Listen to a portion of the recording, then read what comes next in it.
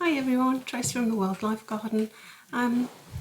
It's almost the end of November now. We've got first few days before winter officially starts, or meteorological winter. It's the 28th, I think, of November today. I just thought I'd do a little look in the garden at some of the beauty that's still out there. Seed heads, plants that are in flower, winter flowering plants. I haven't got many, but there's a couple, and which actually I've been watching insects visiting, and common wasps still about, but unbelievably not the queen wasp, but the worker wasps are still visiting those, even in the frost the other day. The pond had a little bit of frost ice on it, nothing thick. We're quite a sheltered garden really, because we live in a little spot. Originally it was called Langley Green. It's still called Langley Green, but we're actually the centre of what was Langley Green, and it was a sort of an open piece of land, and now all the gardens sort of back onto each other, so it's like a courtyard effect almost. So it does get shelter, and with all the big ash trees as well, that offers a lot of shelter to the garden. But yes, I thought I'd just show you some of the things I've spotted in the garden. One of them is quite interesting. It's a black fungi. I think it's called slime fungi. I've got to look it up to confirm it, and I will write it on the screen if I can find it. I think it's called black slime fungi. It looked almost like a jelly in the pot. When you first see it, just extremely wet, black slime. It has gone over now, they go over quickly, but a little bit of footage of when I first spotted it, and a couple of days later as it started to disappear. But yeah, there's lots of lovely seed heads, and of course I'm looking in the garden now because I'm starting to think about the winter wreath for Christmas, so looking at different things I can perhaps add to my wreath. So yeah, let's have a little look and see what we can see at this time of the year when all the leaves have now dropped from the trees. So yeah, not much colour on the trees, but really still lots to see. Trying to think of anything else. Let me pause you there. Yeah, the birds are still feeding busily, and I think winter's a good time to feed the birds. They, in the cold weather, supplement their food, especially with fruit. If you can put apples out, if you've got even your apple core, any soft grapes, and yeah, they appreciate those, and raisins. Blackbirds absolutely love the raisins. So yeah, if you can supplement the food in the winter, I think it's a good time to do that. I have recently added a flat, this is a bit controversial because the RSPB are telling you not to do this, but I've put out a table feeder, mainly because we've been having such a lot of problem with rats here. Luckily I haven't seen any for the last, well, since we came back off holiday. We went to Cornwall in the end of October, and there's been a couple of new cats in the area. So it's not my cat. She just doesn't go out. She's a house cat. She's not been in the garden for I don't know how long. Since we were, she just doesn't go out. She goes out in the summer when she's with me, but she's a house cat now. There's two, possibly three cats been visiting, whether they've been alerted to the rats, and I haven't seen any. But because we've been having such a problem with food on the floor, and I didn't want to stop feeding the birds, I do a BTO count every week, and they're just a joy to watch. I've put a flat feeder out, but it's a mesh one. It's one I had a long time ago, and so I can thoroughly wash it. It's so easy to clean. I can just tip really hot water on it, boiling water on it, and keep it really clean. So I have introduced a tabletop feeder. To be honest, the squirrel's taking most of the food off it. I'm pouring a little bit on the ground for the stock doves and collared doves and the crows, but I didn't want to put much down because I'm worried the rats are going to come back. I want the rats to sort of forget this area as a kitchen for them to fill up on. So until I'm quite sure that the rats have disappeared, I will use this feeder. As I say, I will show it you. It's so easy to clean. So I'm risking it, but yeah, I have to clean it every day. That's the point. The point is to keep it clean. So yeah, so we'll see how that goes. Birds we're getting, as well as stock doves, we're getting collared doves. Long-tailed tits are visiting again now, and we've got a regular coal tit, which is lovely to see. So the garden's been very active, and the number of blue tits that are in the garden at the moment, we're getting about 10 blue tits every day, searching for spiders everywhere. They're fascinating to watch. They hang off every crevice they can find looking for spiders, so they've been a joy to watch. But yeah, the main point of the video is just to look for some stuff for ideas for my Christmas wreath, and just look at the beauty of seed heads and different plants in the garden at this time of year. The leaves have all gone, so I do need to clear up a little bit under the one birch tree. They're all on the paths, and get those mulched onto the border, but the rest are on the border really. Most of it's gone onto the border, and I do leave some on the grass because the worms take them down, and it's an important food source for the worms there. So yeah, a little short video. I hope you're all well, and yeah, take a little look and come with me and see what we can see. So this is where I spotted the slime mould. This is when I first saw it. You can see it's very jelly-like. And this is after a couple of days, beginning to change. The spores will start being released shortly as it dries out. Very unusual. Can be seen in grass a lot, I believe, as well. Lots of people panic when they see it in their lawns, but harmless. Now, these seed heads are from the Japanese anemone that was by the door. They're very lovely little seed heads, very soft, like little puff balls, and eventually the seed bursts open and these fluffy little seeds come out. Obviously wind-borne, but I have planted them and had no success with them, so yeah, I think they're best by division, these plants, rather than through their seeds if you want to spread them.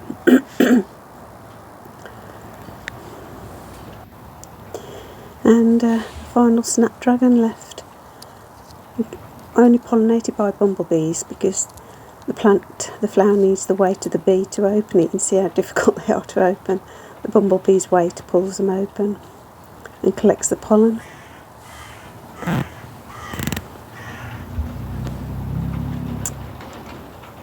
This is still all in flower.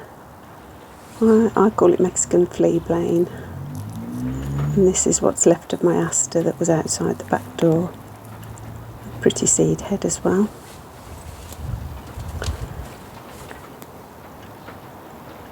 The common knapweed.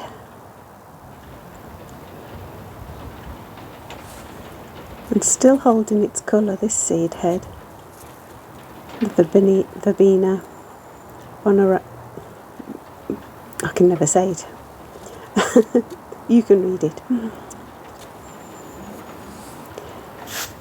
This is a pot of crocuses that I planted by the shed in that pot, and of course we had quite a mild start to November, and a lot of bulbs are pushing up at the moment, and this is even in flower. This is the great hyacinth. That's the second one I've had flowering early. These are annuals, the annual lavatera. Planted the seeds last year. There's a video of them growing in their pots before I planted them out. And these are beautiful seed heads, great structures. These are from the large allium, Christophii. Yeah, a lovely feature in the garden. I need to get more of those, because they do leave incredible seed heads and great for decoration as well. Some Granny's bonnet in the background. I'm not sure what this one was. I've been looking at past videos to see if I can see what it was flowering there, but I can't see anything. The hydrangeas, again, great for cutting and bringing indoors when they're dry. Great table decorations. This was the white, really beautiful white foxglove that I had here. a stunning foxglove, and hopefully it's going to do a second show. Some pollen, nectar, source in the garden here with the winter jasmine, looking splendid against the holly. It's a really lovely plant. Lots of buds on it, as you can see, so it's only just started opening, except we're getting such a lot of rain. It affects them. This is the lovely hydrangea. See, this flower head is gorgeous, a gorgeous shape. And this hydrangea here, I've been planning to take it out, but it offers such a fantastic autumn colour. And that one is just unbelievably pink. It's a gorgeous one. Absolutely gorgeous colour. But great for decoration again. So great for the wreath. And beautiful honesty. It's not much prettier a seed head than honesty, as all the seeds have dispersed now and the wind's beginning to rip it to shreds as it does. But a lovely seed head. And here's Freckles. And I've been reading up on this particular clematis, because in the summer I was really concerned about it, thinking I was losing it because of all the brown leaves that were on it. But it's actually part of the process of this actual clematis. It's an evergreen, well, a semi-evergreen. If I think if it's bitterly cold, it can lose its leaves. But in the summer it naturally does drop leaves, so it doesn't do an autumn drop, it does a summer drop. So I was thinking, the drought was affecting it, and the fact that it's in a pot and it just wasn't coping. But no, it was just the natural process of this clematis. So yeah, it's looking splendid on this fence. It is beautiful. The rain again is making everything soggy and damaging things, but this was before the heavy rains that we've had. But yeah, look at it, it's absolutely splendid on the fence. And I have been watching the common worker wasps on it. There's still some wasps about, and they were visiting it the other day. So yeah, a vital nectar source for some of the insects that are venturing out. Well worth getting. We might get another one. It's back by the house. This is my garlic. It's just starting to come up. This is from the lovely Annie from Annie's Kitchen Garden. She kindly sent me a bulb, video of me opening that gift from her, and they're coming up really well now. I did spot that this one here had been nibbled, but I don't think it'll affect it. It's still growing. It's come up since I spotted it being nibbled, but there's about 5 or 6 coming up. And then these are all seedlings coming up. These are all poppies. I think it's the purple poppy again has appeared. And all the cabbages I planted in the summer for the large and small white butterflies to lay their eggs on have survived, even considering how many caterpillars are on them. So I might get a cabbage myself, but particularly this one is looking really, really well.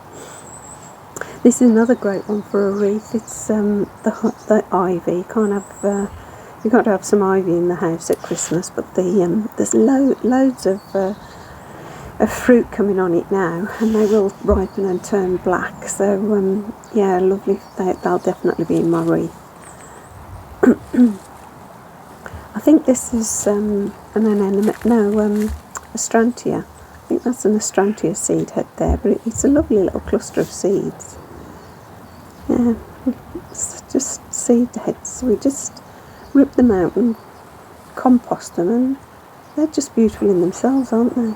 I mean, look at all this. This is the goldenrod. It looks absolutely amazing there. And you imagine that with a frost on it. It looks stunning. That's the Aquilegia. Another lovely head. And of course, the best one is this one, the teasel. I'm trying to get more teasel going. I've got some seeds out of that little flower head, and hopefully they'll take. They're in my little greenhouse. So this is the bird table that I was telling you about, that is a bit controversial because the RSPB are asking us not to use them. But as I say, I'm keeping it clean. It's got tiny holes in it, so there's a lot of air circulating through it, and I'm just doing it so I can control the rats, which have been a real problem in the garden in the last few months. Fortunately, I haven't seen one since we came back off holiday. Went to Cornwall at the end of October, and hopefully the cats that I've seen about are discouraging them, and we've seen the back of them for the time being. But the squirrel takes most of the food off it. The birds get a quick looking, but generally it's the squirrel that's feasting on the table when I look out the window. But yeah, I'm giving it a try, and I'll do a close-up of it shortly. Sadly, the mic wasn't working. Well, it was working, but I'd got the mic faced away from me. It's a directional mic, and I'd got it facing away from me to pick up the bird sounds and that. So sorry about the sound. I'll just let you listen if you can. You might need to turn the volume up. Regularly, here's Robin. Just come to join us. Come on, to get some food off the table. So yeah, I'm hoping. You can see the tiny hair holes there. There's my Robin. So hopefully it's fine. I've never ever recorded an incident of when you record the VTA, you record any illnesses in birds. I've had bird strikes from sparrowhawks, and cats have killed birds in the past. But so I apologise for the sound. Doesn't mean there aren't any about from the garden, I suppose. But yeah, I've always been careful about the hygiene, so I think that helps. Right, and the sky was beginning to darken on this bit of a video, but I was trying to show you that all the leaves have now dropped from my trees. The last video you could see lots of leaves, particularly on the cherry. And yeah, the mahogany is still going, and again, look, I've seen wasps on it and bees, so yeah, it's still providing an important nectar source in the garden. With all this rain though, the flowers get bashed off. We are, well, particularly today, we're going to get a lot of rain. There's an amber warning out for rain, so yeah, hopefully they'll last. And this is a weird plant that's come up in the garden. I have no idea what it is. If anybody has any idea, the leaves are very big. So I'm looking forward to seeing what that is. I might have to Google it and see if I can find out what it could be. Yeah, very odd plant, but intrigued by it anyway. And I spotted a lot of development. This is the weeping willow in the garden, and look, the buds are beginning to burst on it. So, and they're a really vital nectar source. And this is the hazel. This is at least a month ahead. These should be out sort of December, January, really. They're beginning to appear too. I think it was just that really mild beginning to November. This is a dog rose that I'm trying to contort into a sort of a shape, shall I say. There's some more bits that need tying in now that have grown since I did it. But I got this idea from a Nep video from the Nep rewilding garden and farm. Yeah, they came up with this idea, and I do get a lot of these seedlings appearing, dog roses, and I end up digging them up, so I'll try that. And finally, my seeds, they're all wrapped up in the little greenhouse that I have. They're all doing really well, so hopefully they'll come through the winter. I've wrapped them up now, so they should be snug as a bug there, and I'll be looking forward to transplanting them next year. So that's a little catch up in the garden. Thanks for watching, everyone. Take care, and hopefully I'll see you again all very soon. Bye for now. Thank you.